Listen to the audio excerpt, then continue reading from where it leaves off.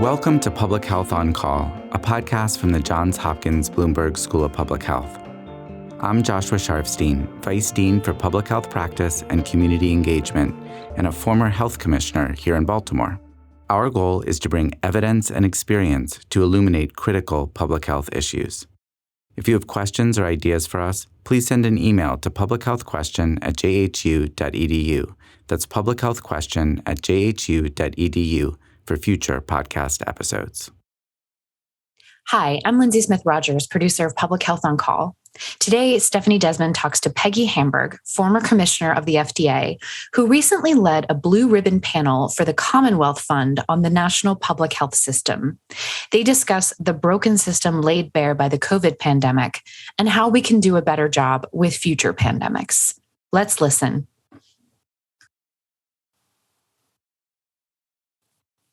Peggy Hamburg, thanks so much for joining me. My pleasure. So today I wanted to have you on to talk about a recent report that you led at the Commonwealth Fund on the national public health system. Tell me about what you found. Well, this was a very rapidly undertaken commission, really to respond to the fact that COVID really underscored facts and realities that many already knew about, what is a rather sorry state of our public health system in this country. It's quite fragmented. There aren't clear standards. There aren't mechanisms for coordination across local, regional, state health departments with the federal government. And we've seen challenges during COVID that also reminded us about, the incredible burden of disparities in health inequities that affected response to COVID, but also exists day in, day out. And our feeling was this is a moment when we really can't accept business as usual. We can't say that a sort of an ad hoc system of public health is adequate when we can do so much better, and that we really needed to look at it in a more systematic way. And really starting at the top in terms of the underutilized opportunities of a stronger federal role in terms of recognizing that there are many components of the Department of Health and Human Services that bear on public health, that fund states and localities, and need to be part of a comprehensive system that's really ensuring that we're promoting and protecting the health of everyone, no matter where they live. We also recognized during COVID the critical importance of working with other sectors, the private sector and the healthcare delivery sector, one great example. And we don't want to lose that. We want to find mechanisms to enable that to go forward. We certainly want to support our state and local health departments with more funding, more sustained funding that they can really count on, with more workforce support, infrastructure support.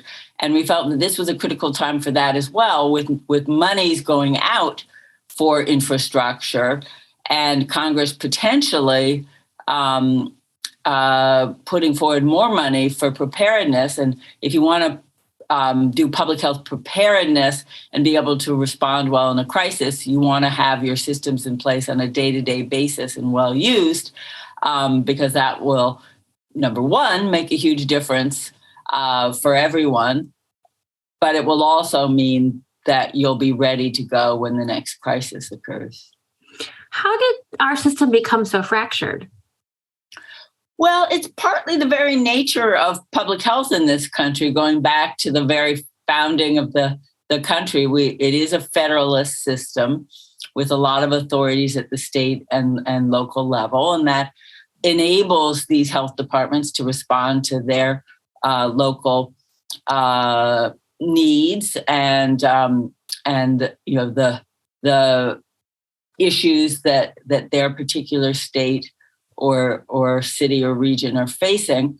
But we do need some minimum set of standards and capacities. And we have a system where there's almost 3,000 different health departments, some of which are minuscule, some of which don't even have an epidemiologist.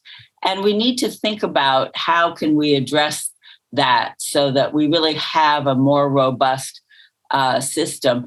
I think there are opportunities, and I think health departments would welcome the chance to have more resources and technical assistance for training and building infrastructure like labs and modern data systems. But I think this is where a federal system, a national system for public health can really make a difference, because funding streams can go out that would, be linked to expectations about performance. And we need to really work on that. So if the federal government is more involved, I know that the federal government was very much criticized during the early days of the pandemic. They're still getting criticism. How does that make the system better? Well, the whole public health system, sadly, has been criticized during COVID. Some of it, fairly reflects the failure of some of our public health systems to adequately respond to the challenge. Obviously, a global pandemic is going to be hard to address no matter what.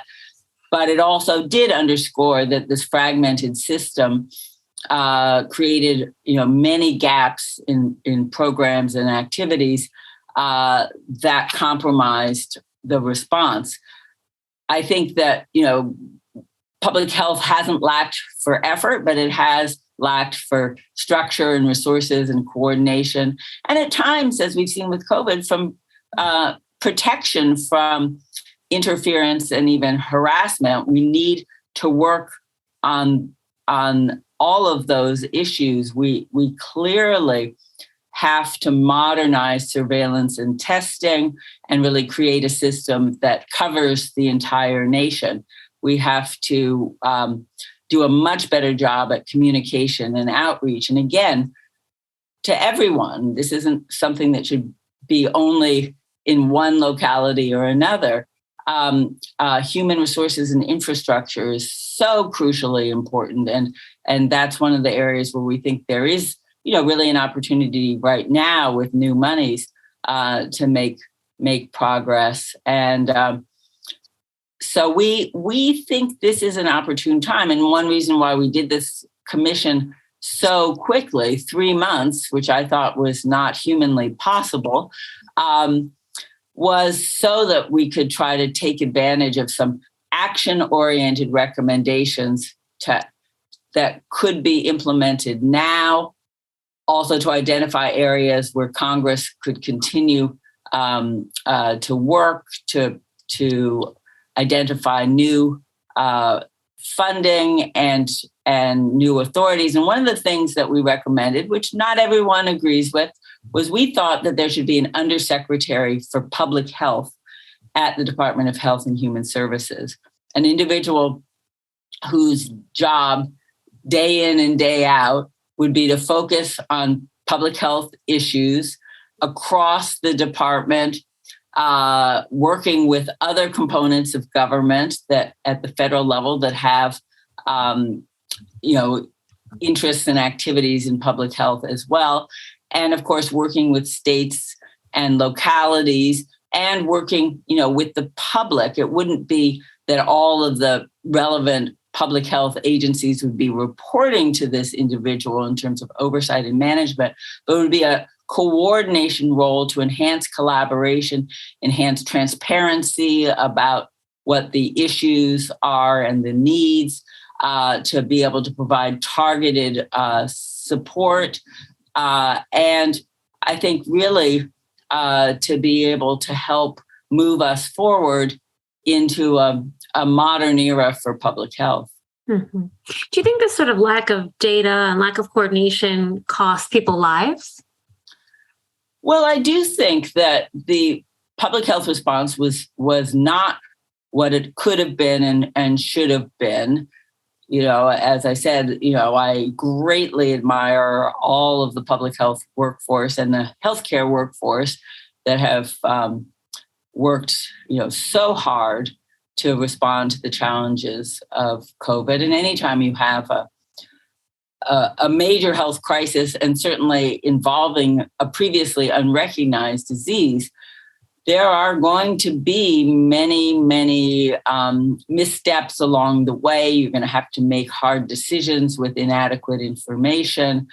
But I do think that it took quite a while to get certain activities up and running. Our testing and surveillance programs were very slow to really be put in place and be effective. It took time to get data from the healthcare system about hospitalizations and intensive care unit occupancy. That was really important for tracking the burden of COVID-19. And that, had to do with different authorities and gaps in authorities, et cetera, and a lack of pre-existing ongoing relationship and collaborative spirit between healthcare and public health. So I think one of the important recommendations of our commission is to really try to look at the whole continuum that supports health, from public health and community-based health all the way through to the healthcare system. And I think, the other thing that our report really tried to underscore and make some constructive suggestions around is the fact that because there were gaps and delays in the public health response, because there were clear problems with the public health response, and because of the political environment in which some of this was unfolding, levels of trust in public health, trust in critical institutions, trust in government more generally, have all declined. And this is a time when public health has to work really hard to regain trust and confidence.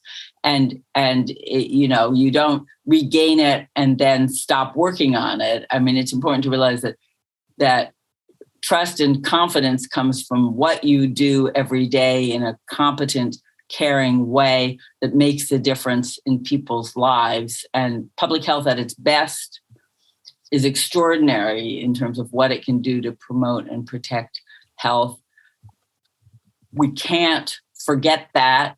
We have to take great pride in our public health work, but we have to recognize that not everybody, completely embraces what public health is all about, and we need to communicate it, and we need to show how it's making a difference in people's lives. I have one last question. I wanted to ask, I understand that we're seeing less funding for COVID, for testing, for vaccines, just as we're still in the middle of it. I hope not the middle, but, we're still being hit by COVID pretty severely. What are your thoughts about how we, do all of the rebuilding we need for the public health system at the same time we're losing funding just to fight this particular disease? Yeah. Well, it's very sad to see how the cycles of crisis and complacency are continuing even after something as catastrophic as the global COVID-19 pandemic.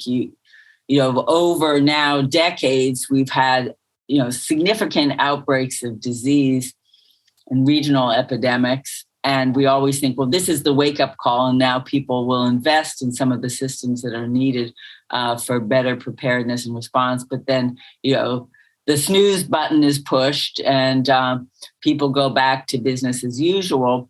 And, we have over just so many years seen basic underfunding of our public health infrastructure and workforce. I think people are sick of COVID. There are also many competing priorities right now, but we can't take our eye off the ball. We have to be actively out there with constructive, actionable recommendations for what needs to be done. We have to explain why these investments actually will save money. I mean, COVID-19 costs the nation trillions of dollars. If we had responded better, not only would we likely have saved a lot of lives, we would have saved a lot of money and prevented a lot of disruptions in our social, educational, and economic systems. So I think we have to make the case for why this matters. Some of us feel like we've been making that case for a very long time, but it's too important to give up on. And this is a moment when hopefully it will resonate. And I think one of the things that really matters is making the point that if we make these investments, it will make a difference for health for all in this nation on a day-to-day basis, as well as better prepare us. I mean, it's a little bit shocking that we, I think, are number 60 in life expectancy amongst, wealthy nations. We have dropped, and our life expectancy on an annual basis has been dropping as well. We're seeing record numbers of overdose and addiction deaths. We're seeing rising obesity and diabetes, preventable heart disease. Our rates of maternal mortality are shockingly high, particularly among women of color. That isn't acceptable, and we need to address it. But the same kinds of programs and systems that can help us address those kinds of challenges can also be linked to a stronger, more robust public health system for preparedness in response to emergencies. And so I think we can make a compelling case, but we can't let up. Peggy Hamburg, thanks so much for joining me. Thank you. Public Health on Call is produced by Joshua Sharfstein, Lindsay Smith Rogers, and Stephanie Desmond. Audio production by J.B. Arbogast, Holly Cardinell, Spencer Greer, and Matthew Martin, with support from Chip Hickey. Distribution by Nick Moran. Production support from Catherine Ricardo. Social media run by Grace Holes Fernandez and Amber Bryan Singletary. Thank you for listening.